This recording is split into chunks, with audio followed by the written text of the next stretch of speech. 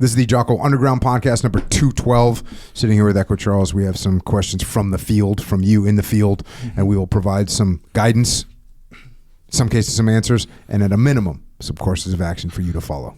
Yep. Sounds good. Get you through this maze of life is what you refer to it as. Sometimes, yes, It is a maze for sure. All right, some direction always helps. All right. First question, Jocko. Huge fan of the podcast. Been listening since 2016. Never miss an underground pod.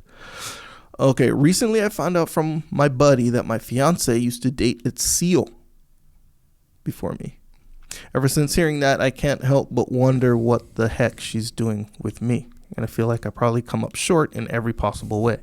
How do I accept my newly realized inferiority and just get back on the path of being the best husband and hopefully dad soon? P.S. I'm a very average purple belt in Jiu Jitsu. So at least I have that going for me. Although I routinely get humbled by 15-year-olds at AOJ, Art of Jiu Jitsu, by the way. Yeah. Where I train. Okay. Yeah. Cool. Hey, man. Listen. First of all, being a SEAL doesn't make you a good person. Doesn't make you a good fighter. Doesn't mean that you're smart. It doesn't really mean that you have any positive qualities other than perhaps you will keep going in rough situations. But even that's suspect because there's people that go through buds and they skate and they duck boat and SEALs are all over the spectrum in every aspects in their behavior. And so in other words, SEALs are people. And this guy that your fiance dated at some point was just some dude that happened to have made it through, SEAL training. He wasn't a superhero. And there's most important, and the guy could have been a great guy, could have been terrible, because it doesn't really even matter. Like it doesn't matter. The fact of the matter is whether this guy was a great guy and a hero and a stud or not, none of that matters. Like, why are you even thinking about that? Because they're not together anymore. She's with you. So guess who won? Or lack of a better word, guess who she ended up with? You. So I wouldn't think about it too much. Don't compare yourself to some myth that's in your head, which, by the way, I must remind you that if you reveal this, you look real insecure, which isn't going to make your fiance super stoked, right? Like the insecurities that come out from this, they seem real weak, and there's no reason for them, because whatever the guy did in the past, it doesn't really, whatever some guy that she dated a long time ago, it doesn't really matter. Doesn't really matter. So I wouldn't worry about it, man. Honestly, the dude's just a dude. He's not some mythological creature that you've built up in your head. He's some random dude that happened to make it through SEAL training. So he's probably would have been a terrible husband, by the way. There's a 90% divorce rate in the SEAL teams. Not that there's not great dudes in the teams, but there's a lot of dudes that are great SEALs. They're not the best husbands. You wouldn't want them to marry your daughter. I can tell you that. So, yeah. Just keep getting after it. Keep training jiu-jitsu. Keep taking care of your girl. Don't worry about this, and don't think about it. It's not that big of a deal, man. That's the way. What am I missing here? No, because it's going to be hard for me to answer this question. Yeah, because you're the Navy SEAL. Yeah, then maybe it is for you. What would you say? I would say what you said is correct. I believe. The only thing that I might be in a different kind of maybe perspective or whatever is I understand what this guy's saying, not from a necessarily, that guy was a Navy SEAL, but you know how I think sometimes we trick ourselves, or I don't know, for some reason have this understanding that things that we look up to and respect is something that my fiance or me, even just the woman, a potential girlfriend, whatever, might look up to and like and be attracted to. So how guys in the gym, they put on more weight if a girl is around, bruh, girls do not care how much you can bench, you know, like they care if you're strong versus like super weak, of course, but that's sort of it, you know? So if it's like, oh yeah, this guy can bench 315, right? 3 wheels. Hell yeah. All day. But this other guy, he can do 350. She's not going to be like, oh, I am no longer attracted to this. You know, it doesn't work like that, you know? And I think we make up these myths, like I say, in our head, that it's like, oh, this guy's a SEAL, so of course somewhere inside of him he's like, dang, he kind of looks up to that as an idea, you know, and then so he just assumes maybe subconsciously that she looks up to it kind of the same way, but just from a, you know, female, you know, intimate kind of standpoint, and then he feels like this thing. But it's like, yeah, you're right. It's like, so what does that mean at home? You know, what does that mean as a husband? What, like he's fucking sick with his weapon? Like it doesn't make sense. You see what I'm saying? So yeah, and then I think what you said, the point of like, okay, how does this translate into being a fiance, husband, dad, or whatever? As a Navy SEAL, you said the 90% divorce rate is kind of like, okay, that's actually more of a factor than all these cool missions he probably went on. And as cool as... Or may or may not have gone on. May or may not have gone, okay. You know, even there you go, even additional stuff, you know, to kind of consider. So yeah, you know, makes sense. I mean, yeah, that delusion, I think, is... Did you ever see the movie... I think it's the movie Meet the Fockers, or it's Meet the Parents. And Owen Wilson, hell yeah, he plays like the ultimate ex-boyfriend, and the Robert De Niro like loves him, and I just remember that scene where he's like he unveils the hopa. What is it called? Yeah, well, they call it a hopa, but it's the what you get married altar, right? Yeah, like the altar. Yeah.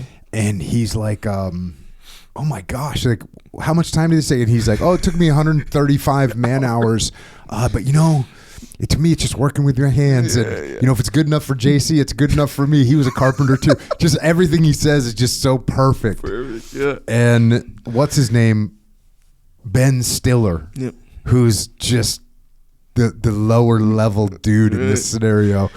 But the fact of the matter is, who's she getting married to?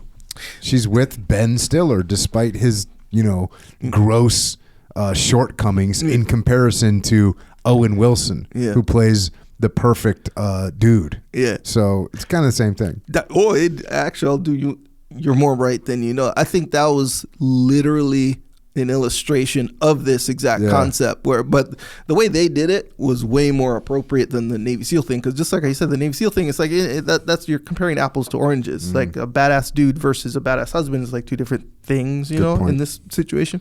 But in that movie, they chose the things that girls tend to look up. You know, this guy, like, if you watch that scene, there's pictures of them skydiving together, doing all these adventurous things, you know, and he's like, he made all this money, which is a known thing, attraction like point for girls, you know, so he's super rich, you know, and all this stuff. He does all this like interesting stuff, you know, he's a handsome dude or whatever, and the dad likes him, everyone likes him, you know. So it's kind of like, he has a point to be insecure. Do you remember by chance why they weren't together anymore?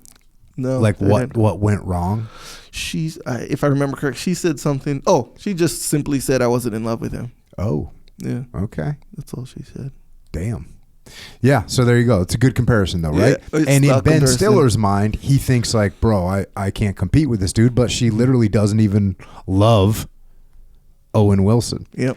And I'm sorry that I don't know the character names, and I'm not trying to attribute these attributions to the actual humans, even though Owen Wilson, dude, that guy's freaking awesome, dude. Because he was like, and that guy just says in general, he does a really good job in like, you know, playing these characters, but they add these little details that it's like, it would make you super freaking, whether it be jealous, insecure, whatever, because he'll be like, oh yeah, she was a tomcat, and we had some wild times, and he kind of goes into and thinks about it to himself, and then Ben Stiller, he's looking at him like, fuck, and then he's like, they were playing volleyball, and then she was like, and they were on the same team, the Owen Wilson and the girl, and he was like, hey, good job, Iceman, or they had nicknames for each other. Whoa, bro, that's when he got jealous. He finally got jealous or whatever. He finally broke, huh? Bro, I'm telling you, that's real though.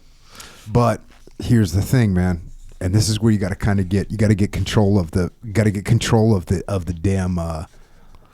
damn steering wheel here, right?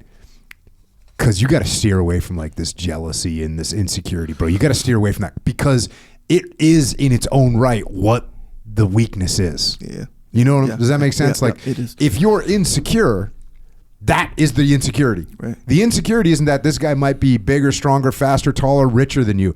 That none of that matters. What actually matters is the one thing that you have control over is like, are you going to act insecure? Yeah. Because if you are, then you break up with her because it's not going to be good. Yeah. But if you can be like, oh, cool, I get it. Might be a little bit jealous of that shit, but I'm gonna I'm not gonna make a deal out of it. I'm certainly not gonna act it out. Which means you have to stay detached enough from your own little like weird control system that you don't steer it the wrong way. Yeah. You know, well, I don't know. Well, I don't want to go to a party if he's gonna be there. You see what I'm saying? Yeah, fully. Or no, I don't want to go see this movie about Navy SEALs. Might make you think of Fred, or you know what I mean. Like if you do that, you're revealing the one thing that actually could matter. Yeah. Yeah. In a negative way. Yeah. If you're like, bro, yeah, you know, if you just go, yeah, I'll go see that, and she goes, you know, that reminds me of that guy Fred, and you go, oh, who? Well, like I dated a guy. Oh yeah, I forgot about that. Yeah. If you say it like that, she's like, all good. If you say it like, well, I don't want to see another one of these movies. It's gonna make you think of him. Yeah. Like you're just pathetic. Yeah. So don't do that. Just get control of your steering wheel. And listen, I'm not saying you're gonna feel the pull. You won't feel the pull of the steering wheel. Yeah. I get it. It's part of nature, right? Part of nature. You're looking around. You're gonna be jealous. You're gonna be resentful. You're gonna have all those things. Yeah. But you don't let that feeling. So. That is a little excerpt of what we are doing on the Jocko Underground podcast. So if you want to continue to listen, go to jockounderground.com and subscribe. And we're doing this to mitigate our reliance on external platforms so we are not subject to their control. And we are doing this so that we can support the Jocko podcast, which will remain as is, free for all, as long as we can keep it that way. But we are doing this so we don't have to be under the control of sponsors, and we're doing it so we can give you more control, more interaction, more direct connections, better communications with us. And to do that, we're building a website right now where we'll be able to utilize to strengthen this legion of troopers that are in the game with us. So thank you. It's jockounderground.com. It costs $8.18 a month. And if you can't afford to support us, we can still support you. Just email assistance@jockounderground.com and we'll get you taken care of. Until then, we will see you mobilized underground.